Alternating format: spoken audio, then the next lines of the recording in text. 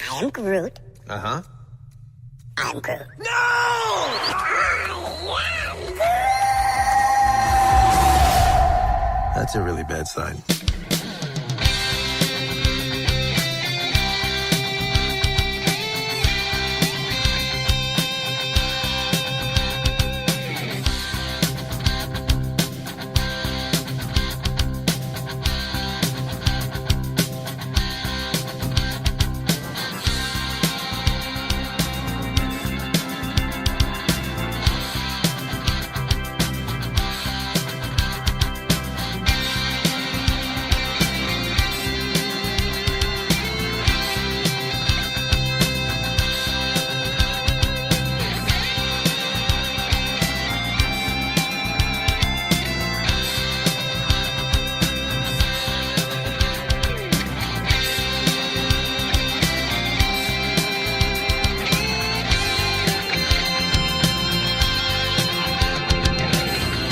Hello, nation. How are you? I'm your native son. Welcome to the program. It's the Joel Michalec Show. Glad you can be here at joelmichalec.com.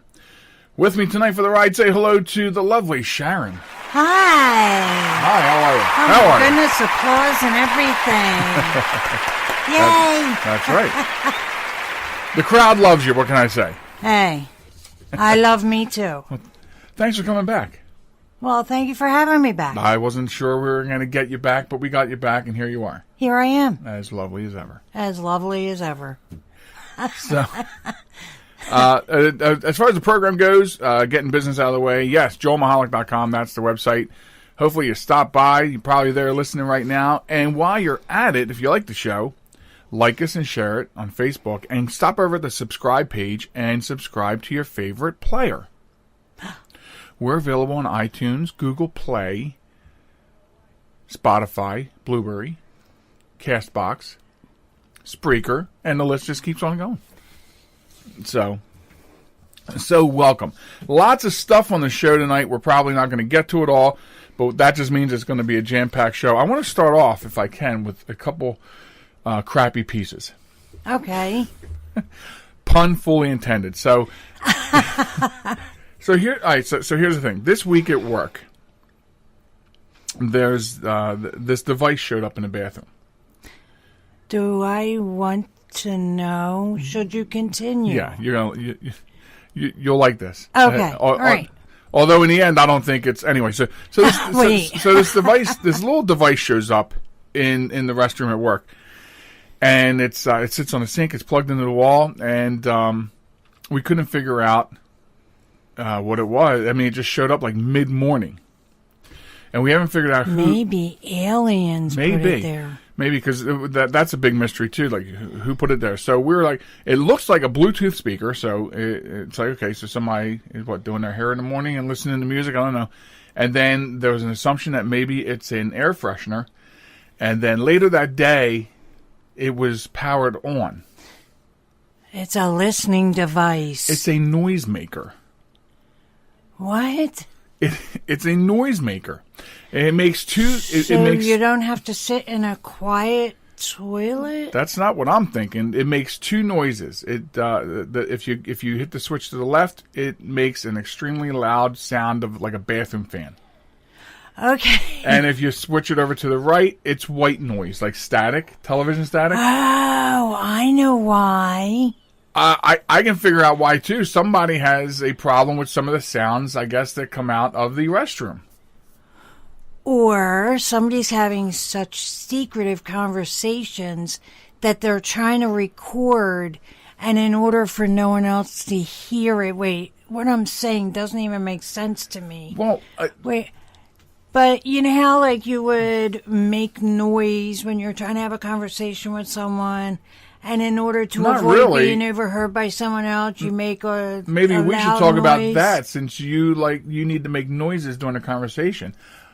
Just so other people can hear what you're saying in a quiet room. Well, my assumption of this device in there is that somebody has a problem with hearing things like flatulence, maybe, when someone's going potty. Oh, where's the toilet?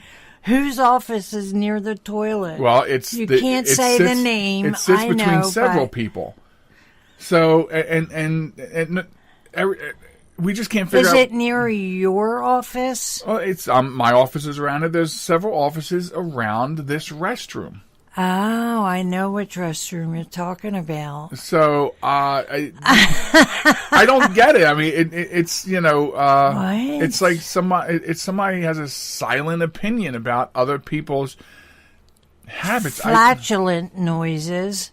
Well, my thought process is on this is what I think I should do is I have several Bluetooth speakers. I can maybe hide one in the bathroom, right? And then I can, on my phone, download, some different sound effects. Oh, that would be too funny. And then when I go in to go potty, for example, I can turn on a sound of the sound of a man screaming and writhing in pain, Yeah, while they're going to the bathroom. Yeah. God, that would be too funny. And then when someone else was in there, you hit that. Oh my God, that would be too funny. Well, I imagine the possibilities, the fun. Of course, this is never going to happen because that's not appropriate in today's society. But imagine the fun you could have with all different types of sounds. So yeah, wow, that is too funny. That is the device that somehow showed up in the restroom. So, now, is it a unisex restroom? Yes. Okay. So wow. Now, I mean, what other possible reasons could there be to put a noisemaker like that into a common restroom? That doesn't. Why would you put any kind of a device like that into a restroom? Right. Well, Unless, I don't know. Wow, that just blows my mind. Yeah. Well, that really does. I'm like, I want that device for a bathroom I know of. Anyway, so right? The other crappy thing I wanted to talk about is this new study that came out. This is really crappy. Hand dryers suck in fecal bacteria and then blow it all over your hands, according to a study. I need additional light. Okay. So here's the basis of it. We know, this is from the story from USA Today. We know that fecal bacteria shoots into the air when a lidless toilet flushes. Did you even know that? If you don't close the top lid before you flush, apparently the fecal matter just blows into the air. Splashes everywhere. Splashes into the air. Ew. Yeah. And you're standing over the toilet, and that stuff is going everywhere, like in your mouth and your nose. Okay, all right. I wasn't going to go that far, but anyway. Oh, my goodness. Okay, let's subject change. No, I can't. I'm not changing the subject. We're staying on I just meant from the way I was taking that subject. But when that bacteria shoots into the air, it's a phenomenon known grossly as toilet plume. Ew. There's a term for it. Folks, there's a term for it and everything. Oh, my goodness. This is right out of the news, people. I'm not making this up. But in bathrooms where such plumes gush regularly, where does all that fecal bacteria go? Into the hand dryer and onto your hands, perhaps. That's what a new study suggests. Researchers examined plates exposed to just 30 seconds of hand dryer compared to those left in, just plain feces-filled air. Ew. Now, I wonder, is that why some companies put hand sanitizer at the door? Possibly. Think about it. Because they knew this secret all along. For this study, a Connecticut-based team looked at 36 bathrooms at a facility of the University of Connecticut School of Medicine. Newsweek magazine notes, where one lab produces large amounts of spores of PS533, which is a specific but harmless strain of bacteria, colonies of that strain made up 2 to 5% of the bacteria found in the air-blasted plates, regardless of how far the specific bathroom was from the lab where such spores were made. These results indicate that many kinds of bacteria, including potential pathogens and spores, can be deposited on hands exposed to bathroom hand dryers.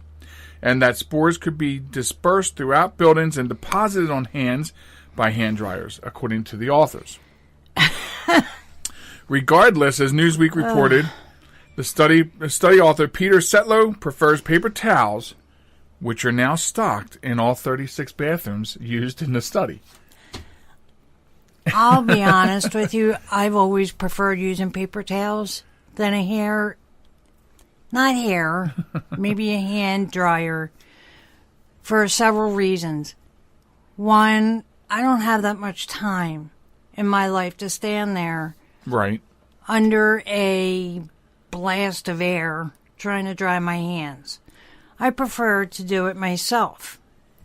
That's the first reason. The second reason is they're so loud. Yeah. Yeah, especially Why do they have to be so loud? and especially the newer ones, which are they're not only loud, it's because there's so much more air being forced out to dry your hands quicker.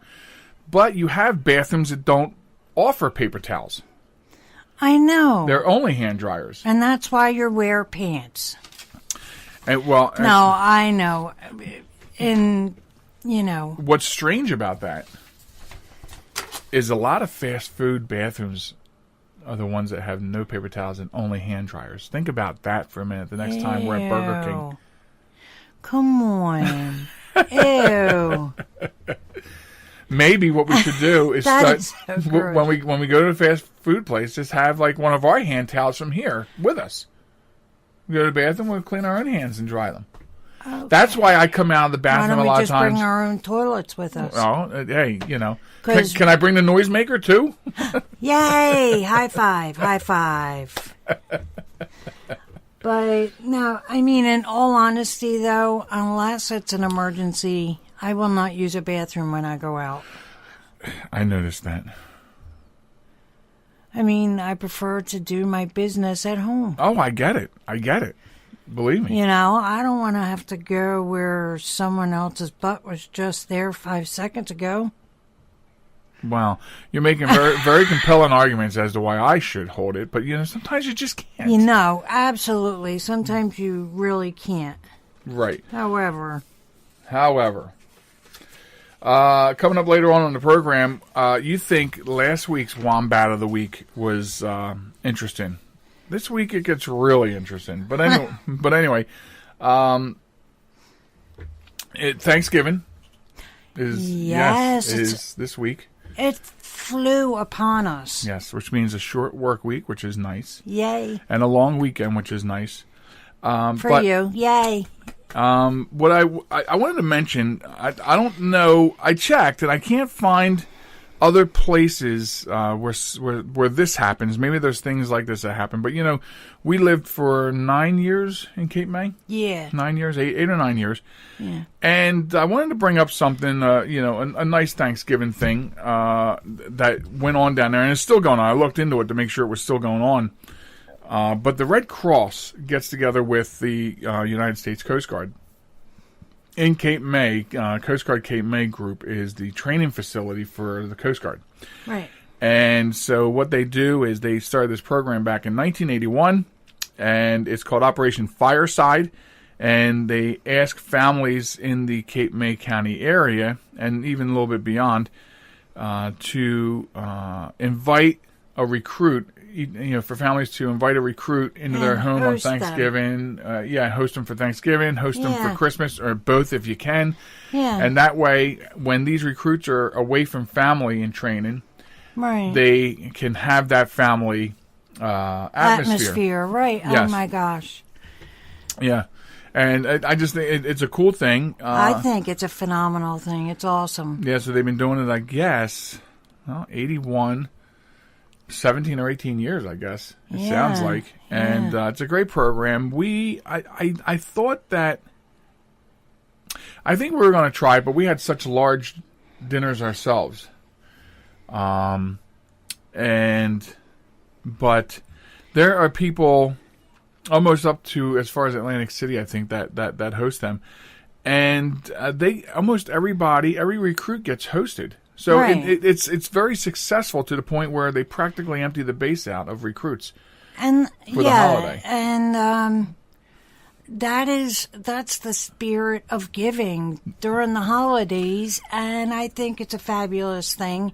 I wish, as far as we are away from Cape May, I wish there was a way that we could still do it. Yeah.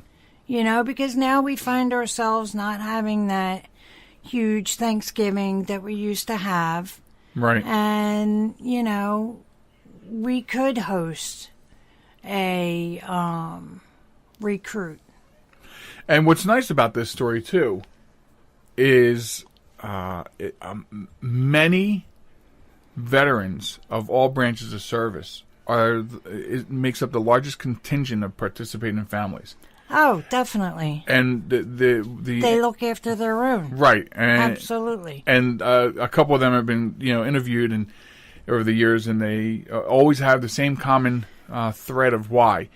I know what it was like when I was away from my family, in the service. Oh, yeah, yeah. So, definitely. So definitely a very heartwarming story for Thanksgiving. And if there are other programs out there, they're hard to find. I did a little bit of looking. Certainly, I didn't invest a whole lot of time into it. And that might have been a little bit of tunnel vision because I was headed straight for this story to be able to have that human story, that good feeling story for the upcoming holiday.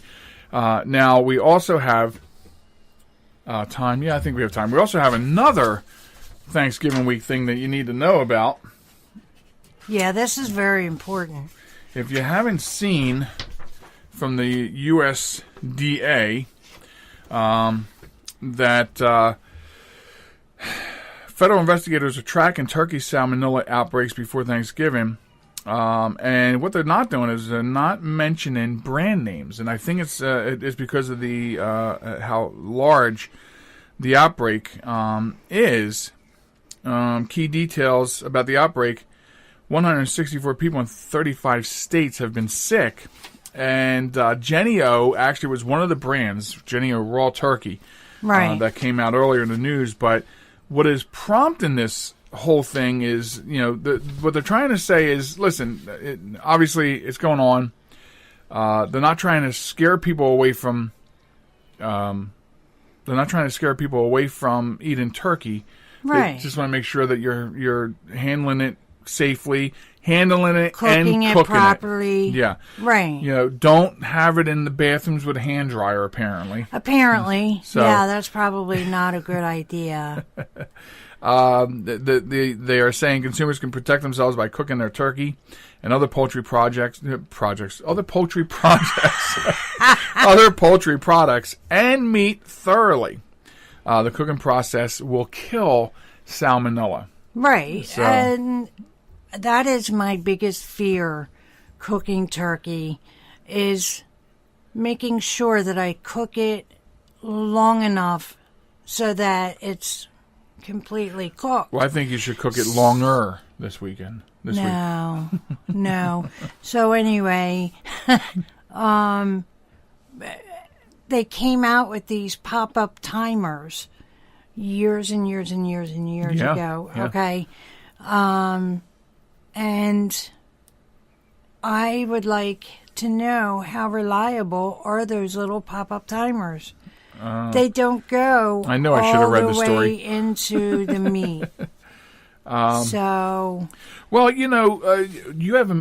we have a meat thermometer, right? We do, and I do use that. Yeah, you just stick that all the way down there and look for 160 plus. I don't like depending on that little pop-up timer. I'm very old-fashioned when it comes to cooking.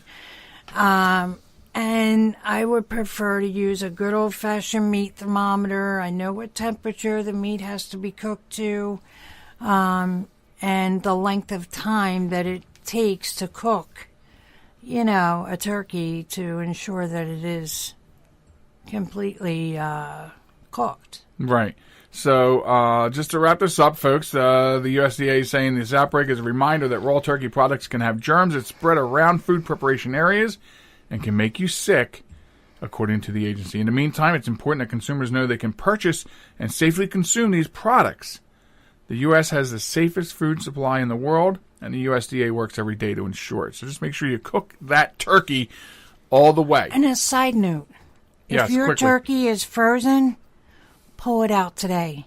Put it in the fridge. Pull yours out today. I am. Oh.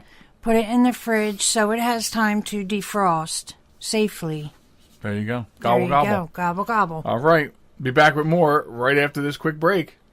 So I use my computer every day. Not even sure how I get along without it. But I wasn't prepared for a virus. A Trojan, they called it.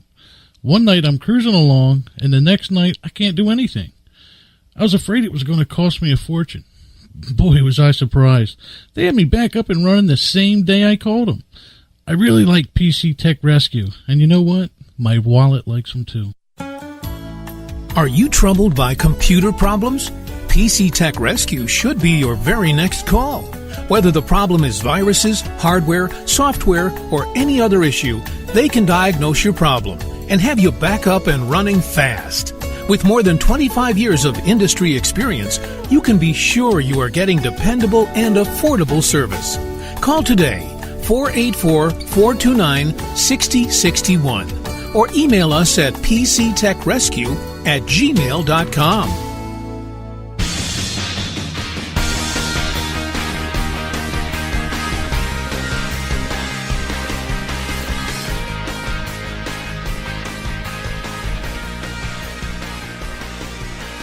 Welcome back to the program. It's the Joel Michalec Show.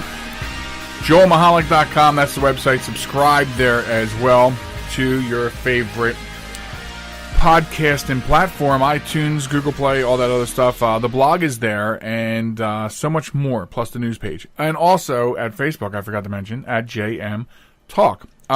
So this story we want to talk about tonight, is very interesting. Because I'm sure that I'm sure this story has made it outside the region when it first happened. You remember that New Jersey couple? They found this homeless man. They kind of took to his story. They created a GoFundMe account. It went viral. They were looking to raise $10,000 for this man. It raised over $400,000. And then it came out in the news that the money was gone. Somebody spent it. The homeless man didn't get all the money. He went to the police. He was mad, and right. and then that was like the next level. That was the next level of the story that touched everybody. They were like, right. Oh, this poor man. Right. How could somebody do that? Like you do for them, and then you embezzle it. You screw them out of it. Now it comes out that all three of them set this whole scam up. Scam. Operative word. Scam, yes. Now, that just makes me sick. Because as human beings, we like to help other people that are in need. Right. Okay? So people donated all this money to the GoFundMe account, okay, so that this homeless man can no longer be homeless. Right. And have a good start. And that's, excuse me. And that is the one thing that excuse me. That bothered me was, that this is going to give GoFundMe a bad name. I've always... that's the first thing I thought of. I don't mean to cut you off. I always do it, and I always will.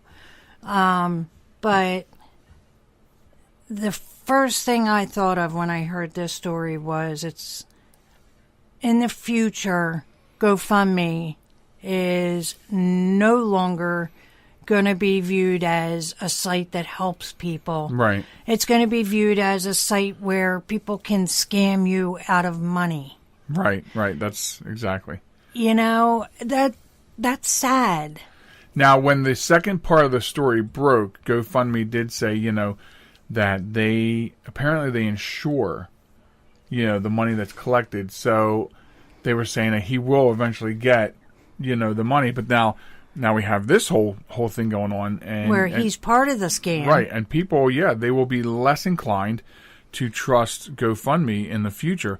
I always said before, and I mentioned several times on the air in the past about GoFundMe, there's something weird about GoFundMe when you see people putting up GoFundMes to help me buy a truck, help me go on a cruise. I mean, there were always these really weird things, and so when GoFundMe first sort of hit mainstream, I really never looked at it legitimately because of those kinds of requests from people. Exactly. So. I mean, it wasn't started so that your next door neighbor can get the boat that he's always wanted. Right. It's meant to help someone who has a dire need.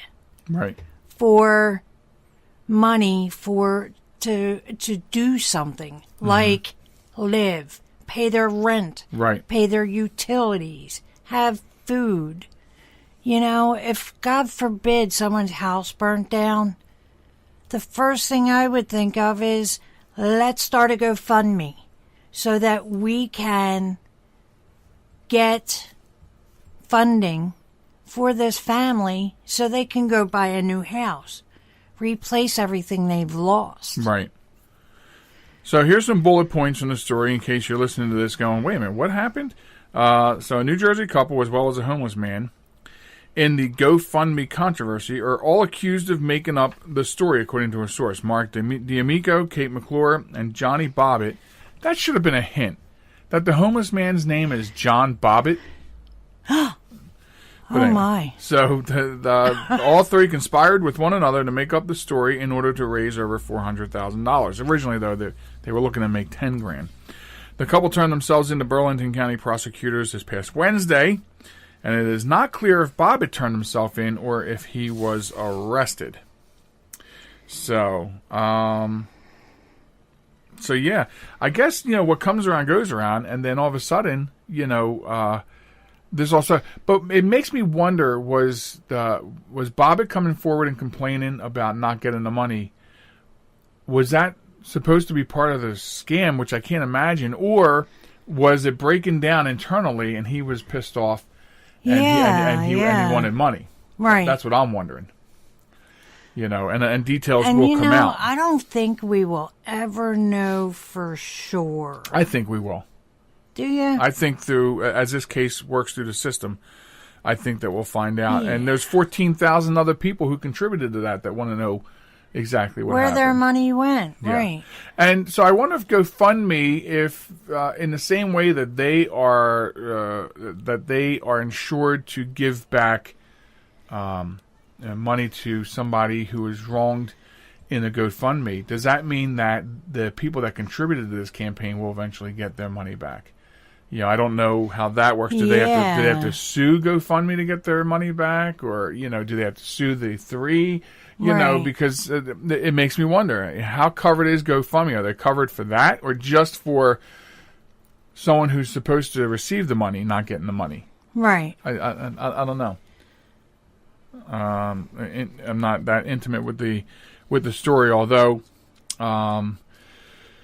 So some other things here. So the complaint was obtained, alleges that the three conspire with one another to make up a false story. Investigators say the three deliberately prevented donors for the GoFundMe campaign from gaining information, quote, that would affect their judgment about solicited contributions to that fundraising effort, end quote.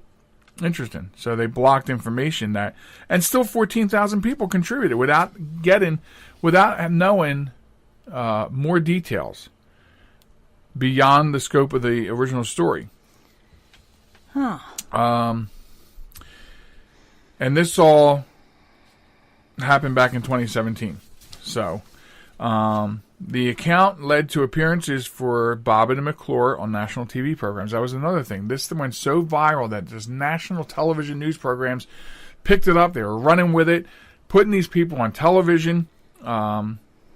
And then later on, Bobbitt accused a couple of dipping into the funds and using them as their own personal piggy bank to bankroll a lifestyle that they couldn't afford. And, of course, when the house was raided, we saw the cars that were being raided and confiscated and all the different things. Right.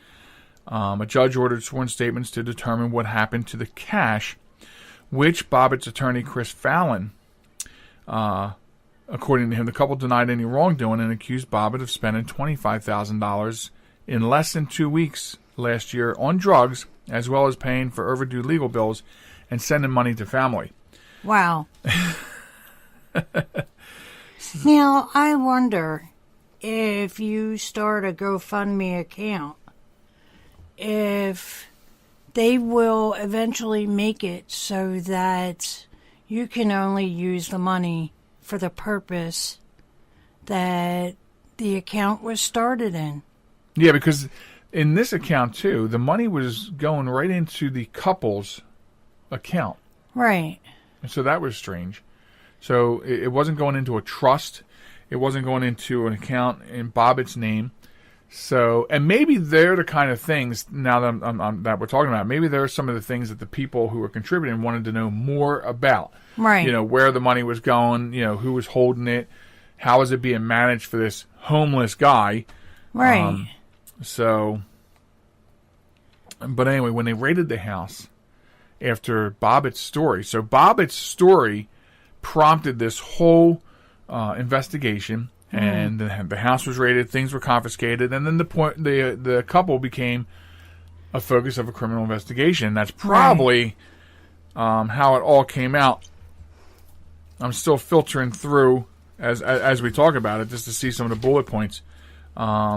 So, yeah, I mean, that's the bullet points that we're given is pretty much where they're leaving us. So there is more information that obviously has to come out. Well, about this. It is a developing story, so we will have to... We should make a sound effect for that. Developing story. Bum, bum, bum, bum, bum, bum, bum.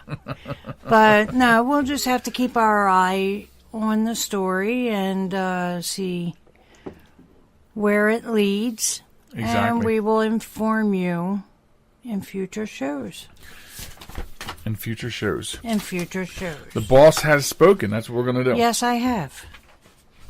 It's about time you recognize. I didn't think we would get to this one, but apparently we didn't talk enough about the GoFundMe. You know, let me just add before we switch gears here that I would not mind at all hearing from people, you know, on the Facebook page, you know, their thoughts on it. I mean, you know, does it change your mind about whether or not you're going to donate to a GoFundMe account? And let us know if you were one of those donators and how you feel about this. Donators.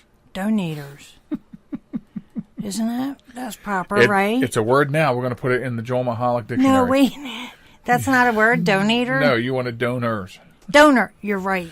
Oh, my goodness. Now all I can think about is donuts. I want a donut now. That's great. Oh, my goodness. Okay. No donuts for you. So let's talk about this. Let's talk about this for a second. Former.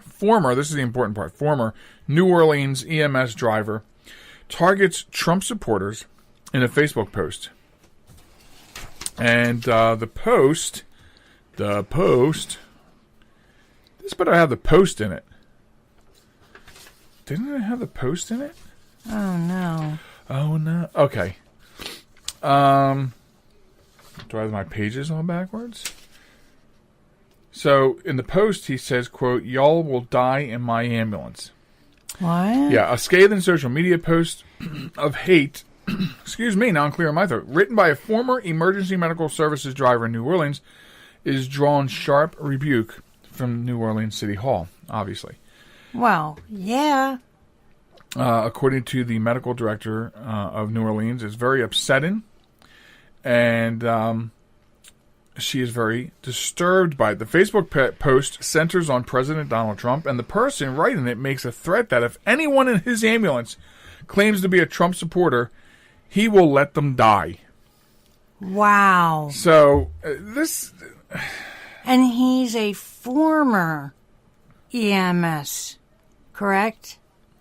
Former, yes. In fact, he's in another state altogether, as I understand it. Oh, yay. We need to find out what state he's in. In the post, he says, "I'm utterly disgusted with any Trump voter. You are the most un-American. You are filth. You are slime." You know, wow. The main, I mean, the main thing is this is disgusting, and I hope that he's brought to some sort of charges. I mean, I guess in today's society, this should, at a minimum, be some sort of hate crime. Or terroristic threat. Well, I don't know about terroristic threat, but you do. Why not? You're threatening. You do threaten that you will let people die, and that goes against a lot of things, including the medical oath. I mean, if you're working in emergency services and your goal is not to pass judgment on somebody because of their likes and dislikes, and then decide for yourself whether that person lives or dies. Exactly. I mean, but this is very representative, and again, we only teeter around politics, but this is very representative of the hate that politics has given birth to. wow. In society, and so, but this person seems much more disturbed than just being an anti-Trump person. Seems very disturbed. So I don't know if he needs help or if he needs... Right. Obviously he needs help. I was just going to say, obviously he needs help. Yes. Like a white jacket kind of help. The straight kind. And so the New Orleans city attorney, Sonny LeBeouf, that is a New Orleans name if I ever heard one, Right. Says, we object to any individual saying that they are with EMS when they are not.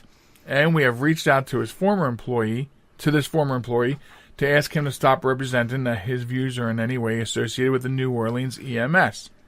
The city has reported the incident to the state board that oversees EMS operators and the federal authorities. They said they believe the former employee is now working in Rhode Island. What? How do you go from Louisiana to Rhode Island? Well, I presume in a car, but I'm just well, saying. Bus, planes, trains, automobiles. Right. But where, all right. I'm just appalled at this person.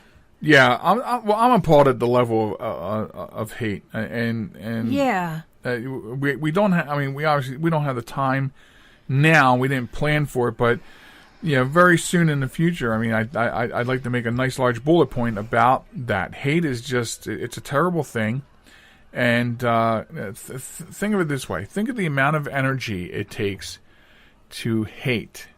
It's like being angry. Look at all the energy you spend being angry. Exactly. Being angry at somebody. It's the same as having to use more energy being hateful towards somebody. I don't have that much energy to spare.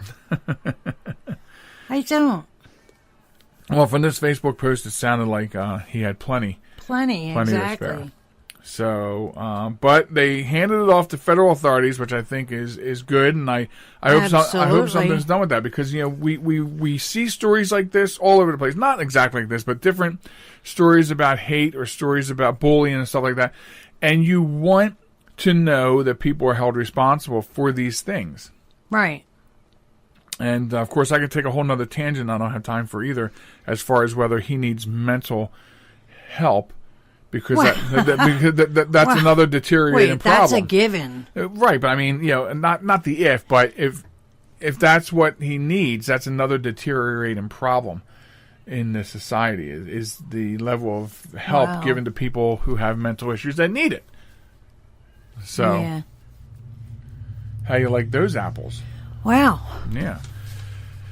So you have to remember, people, that when you post something on social media, Facebook, Twitter, blogs, it's there. It's there forever. Yeah, there was a line in a movie that I just recently watched, and honestly, I can't remember the name of the movie.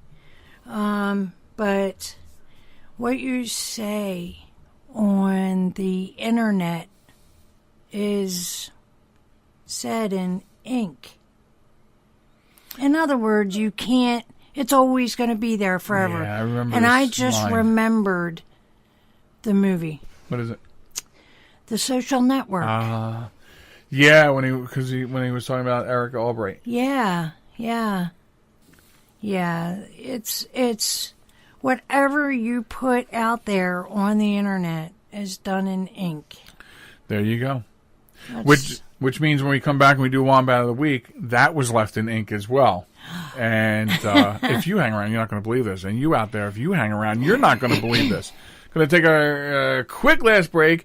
And when we come back, Wombat of the Week, and we're honoring some heroes. This message is for all of you sitting in the passenger seat. And apologies if it gets a little uncomfortable. But how does it feel to be at the mercy of someone who thinks a random text is more important than your life? Someone who takes their eyes off the road while speeding along in a 3-ton hunk of steel. Freaky, right? Well, why not just ask them to stop? Or better yet, volunteer to text for them. It might be a little awkward, but believe me, you'll live. Learn more at stoptextstoprex.org. Brought to you by the Ad Council and the National Highway Traffic Safety Administration. Broadcasting from a crummy little studio in Baltimore, Maryland. This is Reality One Radio. You see why we need your donations?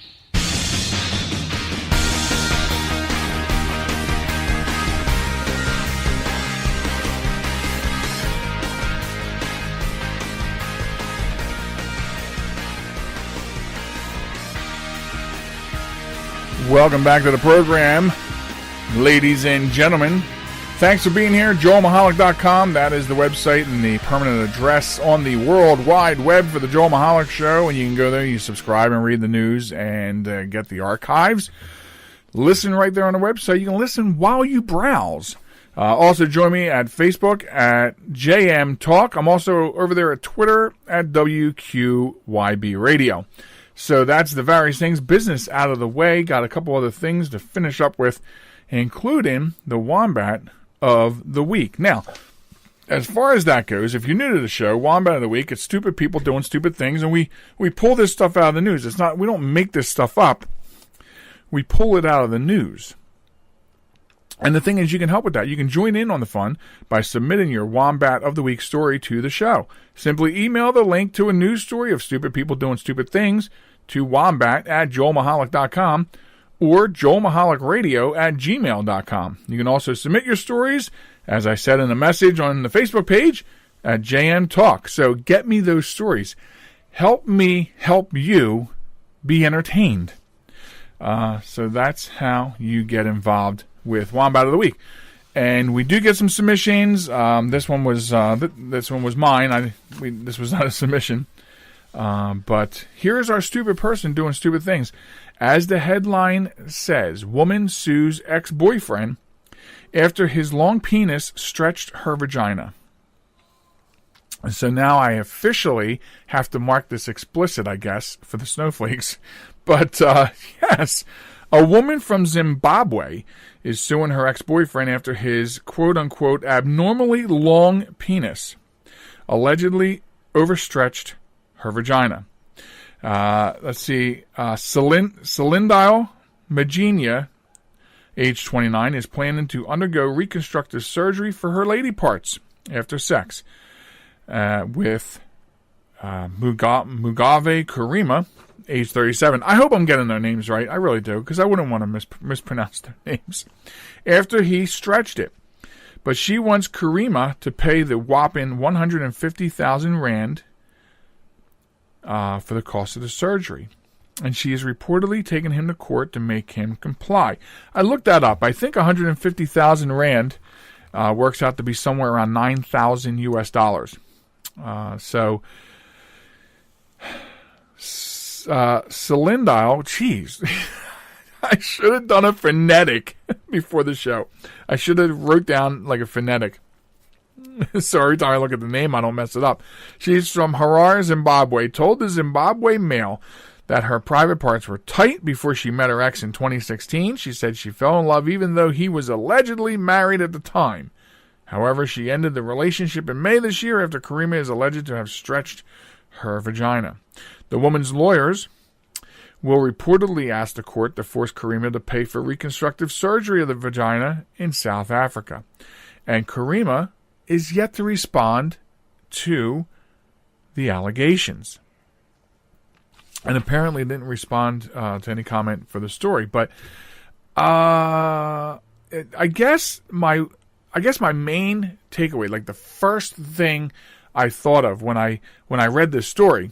The first thing that came to my mind is I can't believe that there is a woman in the world that is complaining about a guy's long penis. I find that to be an odd thing for someone to complain about. I don't know. And how do you... I almost would like to see something like this on court TV. I'd like to see how it plays out. How do you prove that how you were before, to show how it is now? I'm sort of speechless on this. Very few thoughts, but very poignant thoughts. How do you mount a defense for this? Jeez.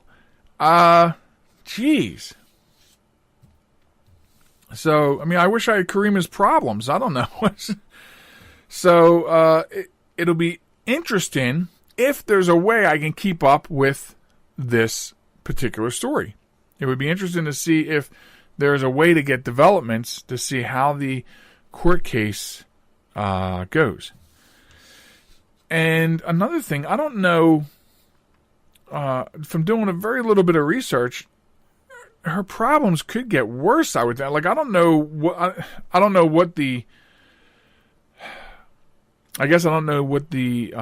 problem is that she's having that is making her get the reconstructive surgery. But I would think that performing reconstructive surgery like that in that area could cause long-term or permanent effects of nerve endings, which might be negative for her in the future as far as feeling down there. I don't know.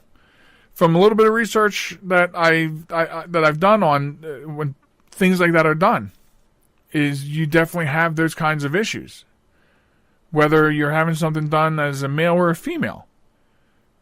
So I don't know. But there's your Wombat of the Week. I don't know which one of these two is the Wombat. I don't know, but stupid people doing stupid things. In this case, maybe just silly people doing silly things. I don't know. I wish that Karima did make some statements. I'd like to see what he's thinking about, being sued for having a big penis. I don't know. Wow. I guess that's something that your everyday male would not even fathom would be an issue. Waking up one morning and then finding out you're being sued, over the size of your Johnson. I don't know. But anyway, so there it is. So remember, you can send in your stories and help a brother out with getting this to the masses. Submissions are coming in all the time, though. Unfortunately, not every submission will get to the table because, unless we have like 2 doozies in 1 week, we'll do it. But I have to sift through the stories and figure out which one is the best to make the air. And I think once we had 2 that it was just like, I can't even wait another week to introduce the other one. They have to go together on the program. So there's that. Okay. So, usually I shoot the show. It's totally unscripted. Okay. It's unscripted, but I do the objects I'm talking about, as you can tell, I have handy with me. And, so the Honor Thy Heroes, which is another project we do weekly on a show where we honor first responders, police, fire, dispatchers, EMS, for great things that they're doing. And, sometimes the unfortunate thing about that is it's hard to find those kinds of stories buried in a sea of news media that really breaks down the police and breaks down, the news functions off of negativity. And so it's very difficult to find that story. So this week I don't even have something with me. So it makes my job this week with Honor Thy Heroes a little more difficult because I just don't feel prepared, as prepared as I'd like to be. But this week I thought it would just be really a great thing, especially going into Thanksgiving, a week where we should be thankful. And we should be thankful every day. but to honor all the firefighters and first responders involved in the California wildfires. I mean, that's where my attention is being directed this week for Honor Thy Heroes. I mean, let's take a look at some of the facts about the California wildfires. Now, there's two main wildfires going on, the Camp Fire and the Woolsey Fire. So some facts about the Camp Fire to give you a little taste of what these first responders are dealing with. Okay, the Camp Fire is in Butte County. 149,000 acres burned so far. Think about that. 149,000 acres. 55% of it is contained. That's a long road to go.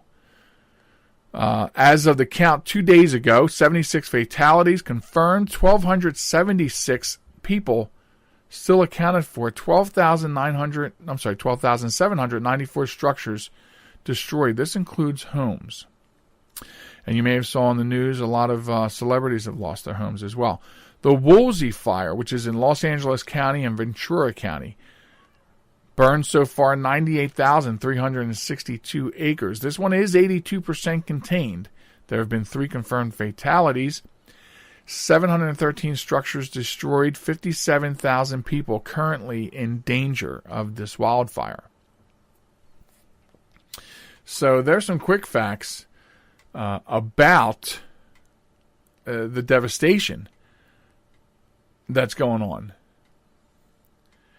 And the smoke is so bad that in other areas of California, they're now buying face masks. The smoke has become a secondary problem in other parts of the state.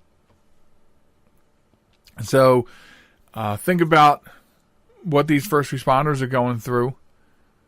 I've read several stories this week, accounts from people about the fire, and I can't imagine, if not for the stories, I could not imagine what these people are going through. When you read or you hear someone's story describing the events of when they first realized or have seen the imminent danger in front of them and the decisions that they have to make for them and their families. And, you know, we actually have a connection to this here at the network. One of our largest, most downloaded shows with guest Craig Shoemaker, comedian Craig Shoemaker. Him and his family were affected by this, and they were evacuated. I do believe he said that they are home now and dealing with the effects, the after effects. I read another interesting story about how some people, especially the more well-off, are hiring private firefighters that's actually funded through their insurance companies that come out, and their job is to protect the home. And so one of the things, if you haven't seen it, you may see start moving more to the front of the news, is that this has sparked a debate as to whether that's even fair or not.